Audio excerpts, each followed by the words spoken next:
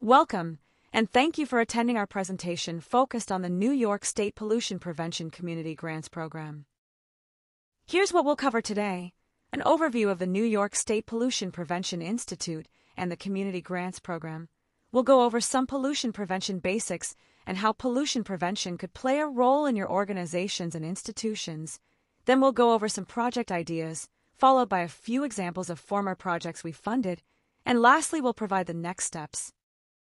The New York State Pollution Prevention Institute is headquartered at the Rochester Institute of Technology. It was established in 2008, with the annual funding administered through the New York State Department of Environmental Conservation. Our focus areas include sustainable manufacturing assessments, supply chain sustainability, technology commercialization, food waste diversion, outreach and education, research and development, and emerging contaminants.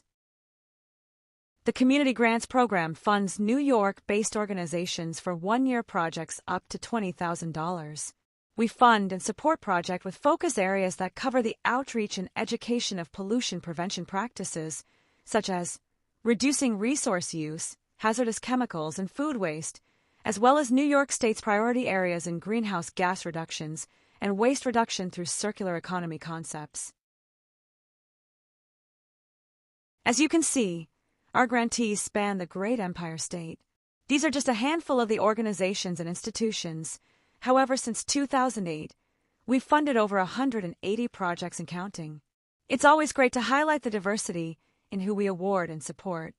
The Community Grants Program has 4 key pillars that we encourage potential applicants to understand and become familiar with.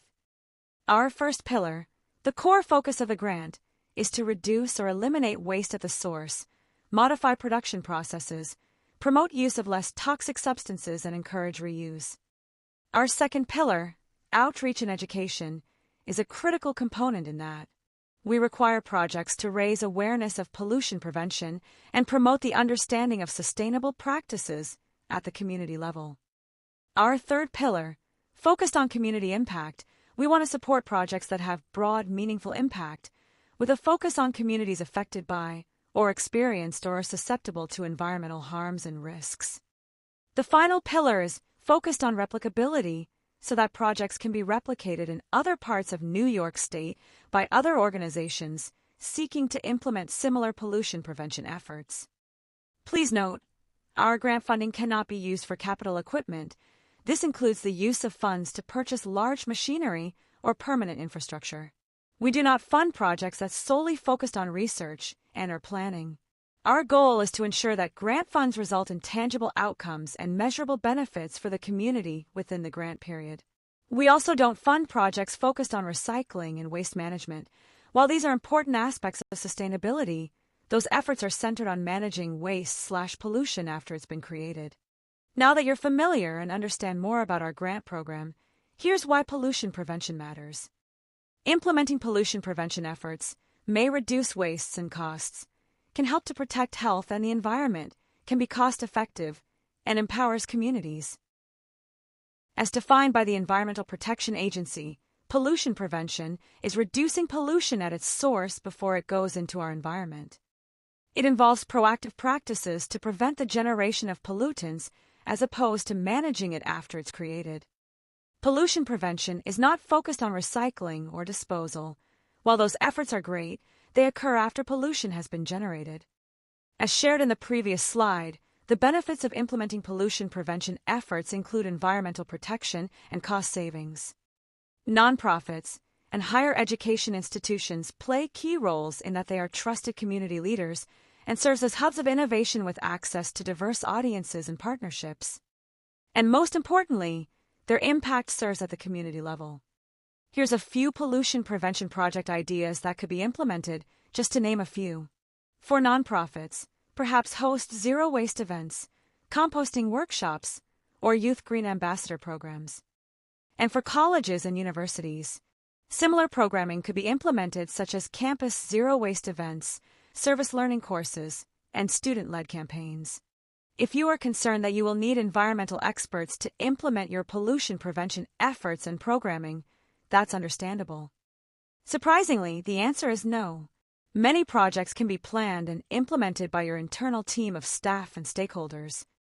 There are various resources and toolkits are available online via our website, the Department of Environmental Conservation, and the EPA's website as well.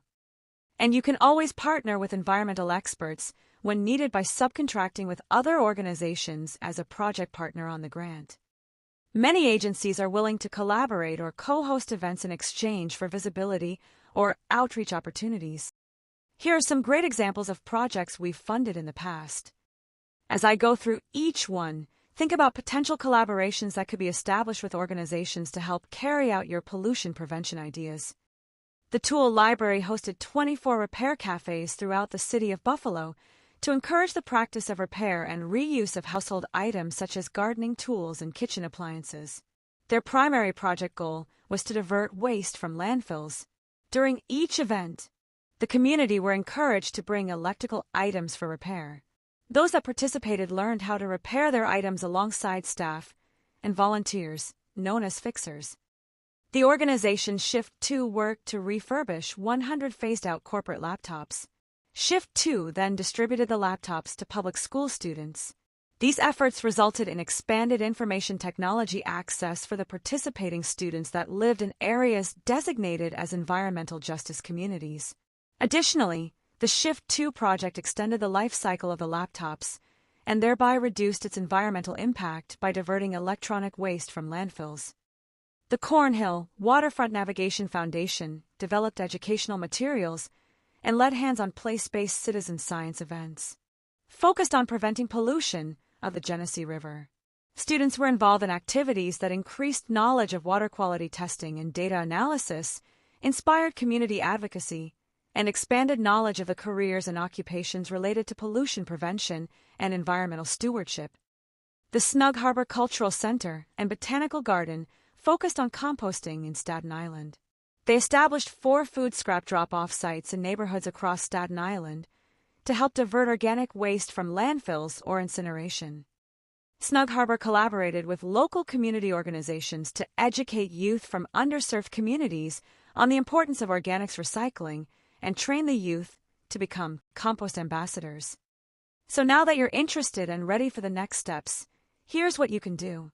First, identify project ideas aligned with your mission and identify potential project ideas relative to what we shared with you about pollution prevention. Build partnerships with community educators and environmental experts with shared interest. As a friendly reminder, our annual Community Grants RFA is typically released in early spring each year. Here's our QR code that leads to our webpage for more details. We have a section with a variety of commonly asked questions and our answers. Don't forget to join our listserv to get notifications and updates. Thank you for attending. We appreciate your time, and please feel free to contact us with your questions. Be on the lookout for future webinars as we plan to host soon to answer your questions in real time.